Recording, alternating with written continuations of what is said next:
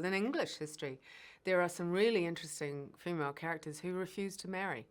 They did not want to marry. And it was always interesting to see the reaction of the men historically to that I'm sure rejection. they took it well. Yeah. They took it real I'm sure they loved well. it, yeah. No.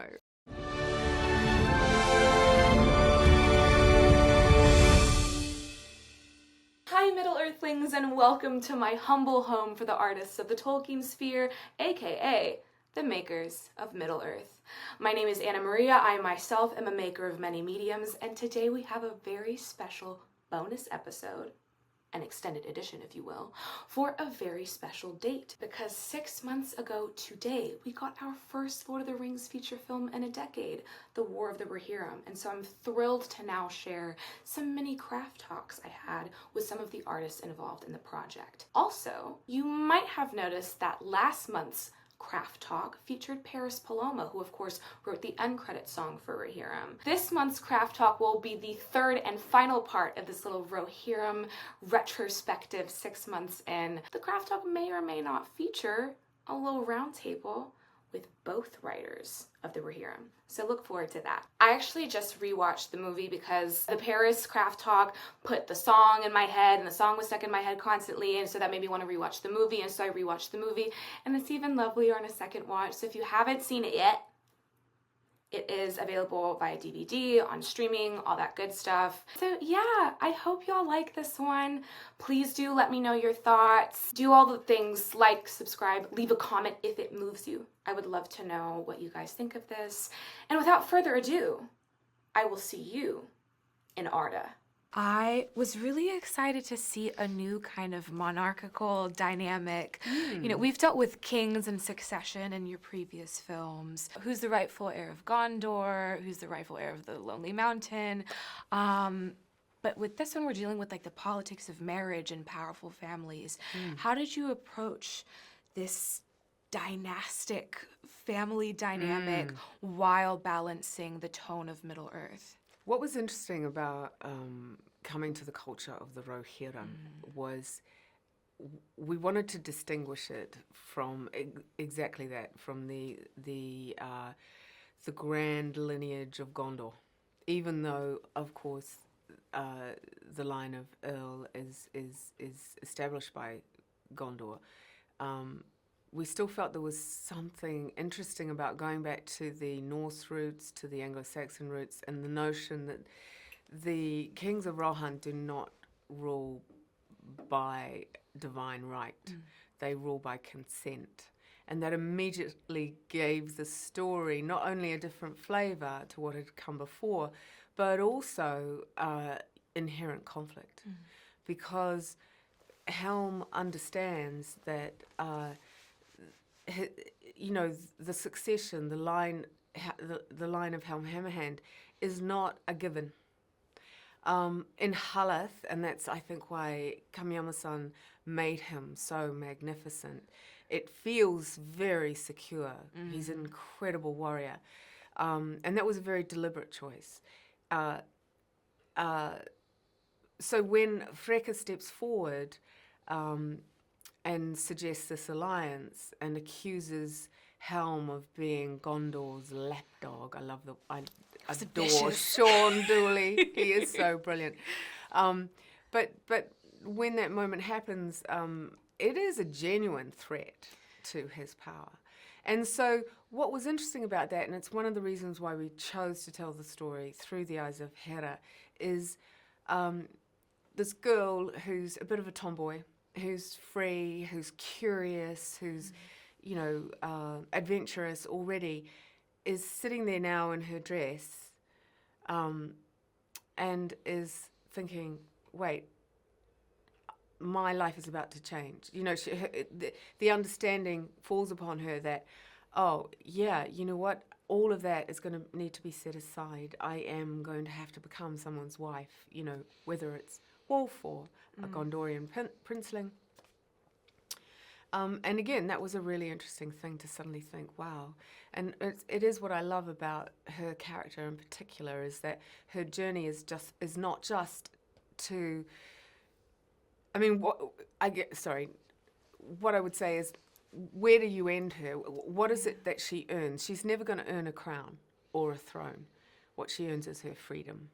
And, I think that's so empowering for young women, yeah.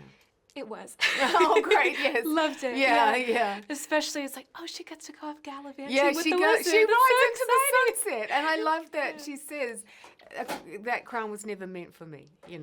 It was always meant for others, and that acceptance, because that remained faithful to Professor Tolkien's world. 100%. And I loved that. I mean, the choice was such a common theme throughout. And it was said over and over in the dialogue of like, no, it's about choosing. It's about choosing despite the grief, despite the horror. And I think the obvious answer of like empowerment would have been to, and she chooses the throne. But I loved that you didn't go that. Of course, there's the canon and everything, but I love that we didn't go that route, and instead she chose to go her own way. Yeah, because it's worth more than a throne. Freedom. There's no price for it. Yeah, 100%. exactly. And we actually went into medieval histories to look at women, and if you look at within medieval history, within English history, there are some really interesting female characters who refused to marry. They did not want to marry, and that recurs over and over again. Some of them paid a steep price for that refusal. And it was always interesting to see the reaction of the men historically to that. I'm sure they took it well. Yeah, they took it real I'm sure they loved well. it. Yeah. No. Speaking of marriage, we have this character of the old woman, the keeper of the stories throughout time, the preserver. Yes, love her. I loved her too. Fabulous. She's very anime. She's very anime. Yeah, that was a marriage of Lord of the Rings and anime perfectly. Yeah, 100%. She came and I was like, "There's the medium. There it is." And I love that she safe kept all these stories. She safe kept the dress. She safe kept the legend. She later safe kept the lute.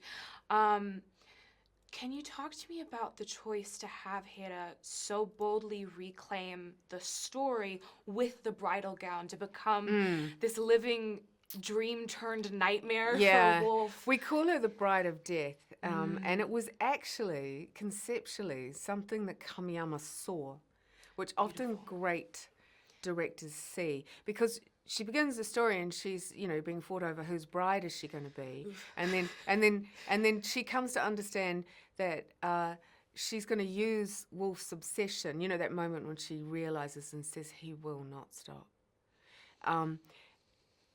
It's Olwen who says you do still have a choice, and she understands. What? I can keep his eye fixed on me and give everyone else a chance, so she turns that obsession against her, and that's why I love that she comes out and he says, "To whom are you?" What, I can't remember the line. Yes, "To whom are you pledged?" Death. Incredible. And last question, because we're running out of time. So much of Tolkien's work is about generations, and that was very present in this film as well. And what happens when we don't trust the next generation to lead us. What was it like shifting into a role of now nurturing these new writers to come in and continue the work? One of whom is your daughter. I know. How Tolkienian. It's all about lineage and what our forefathers have done. What was interesting, actually, truthfully, honestly, it was I was struggling with that character of Hèra. I did feel a little.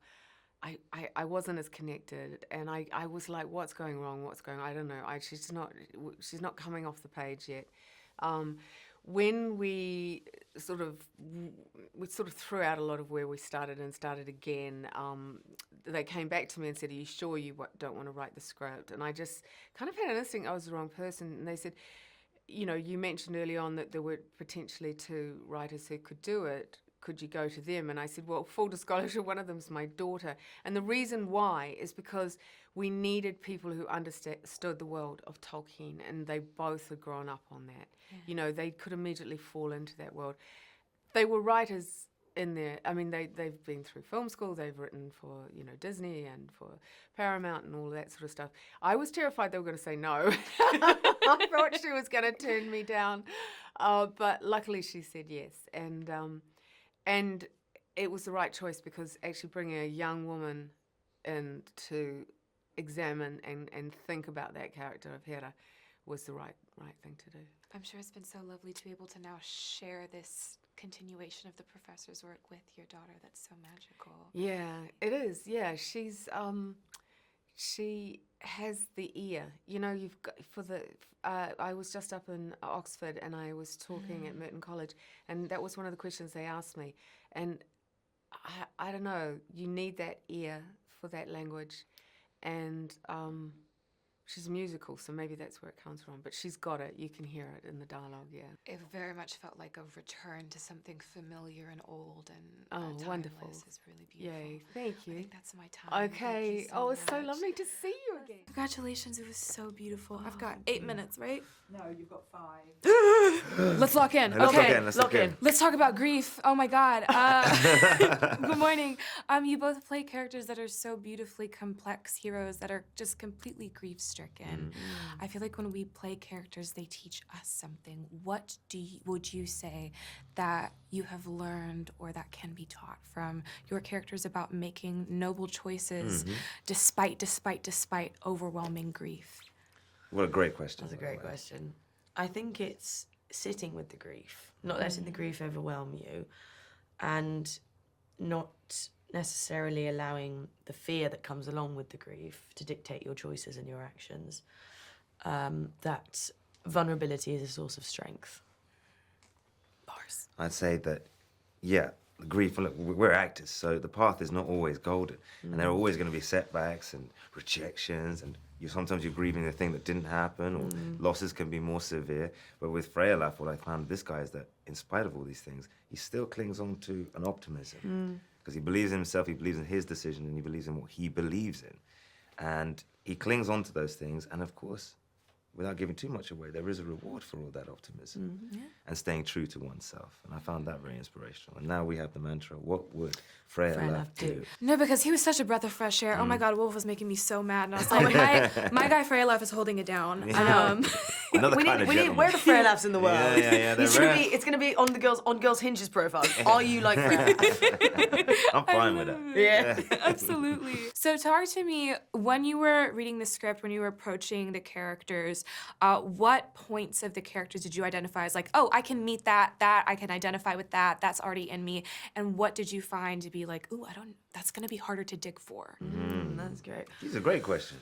I mean, the script was so wonderful and so beautifully written, and we're blessed with the most wonderful writers. I think, you know, my family's from the Highlands of Scotland, so her being an adventurous, free-spirited, tearaway child, that wasn't very hard for me to reach for.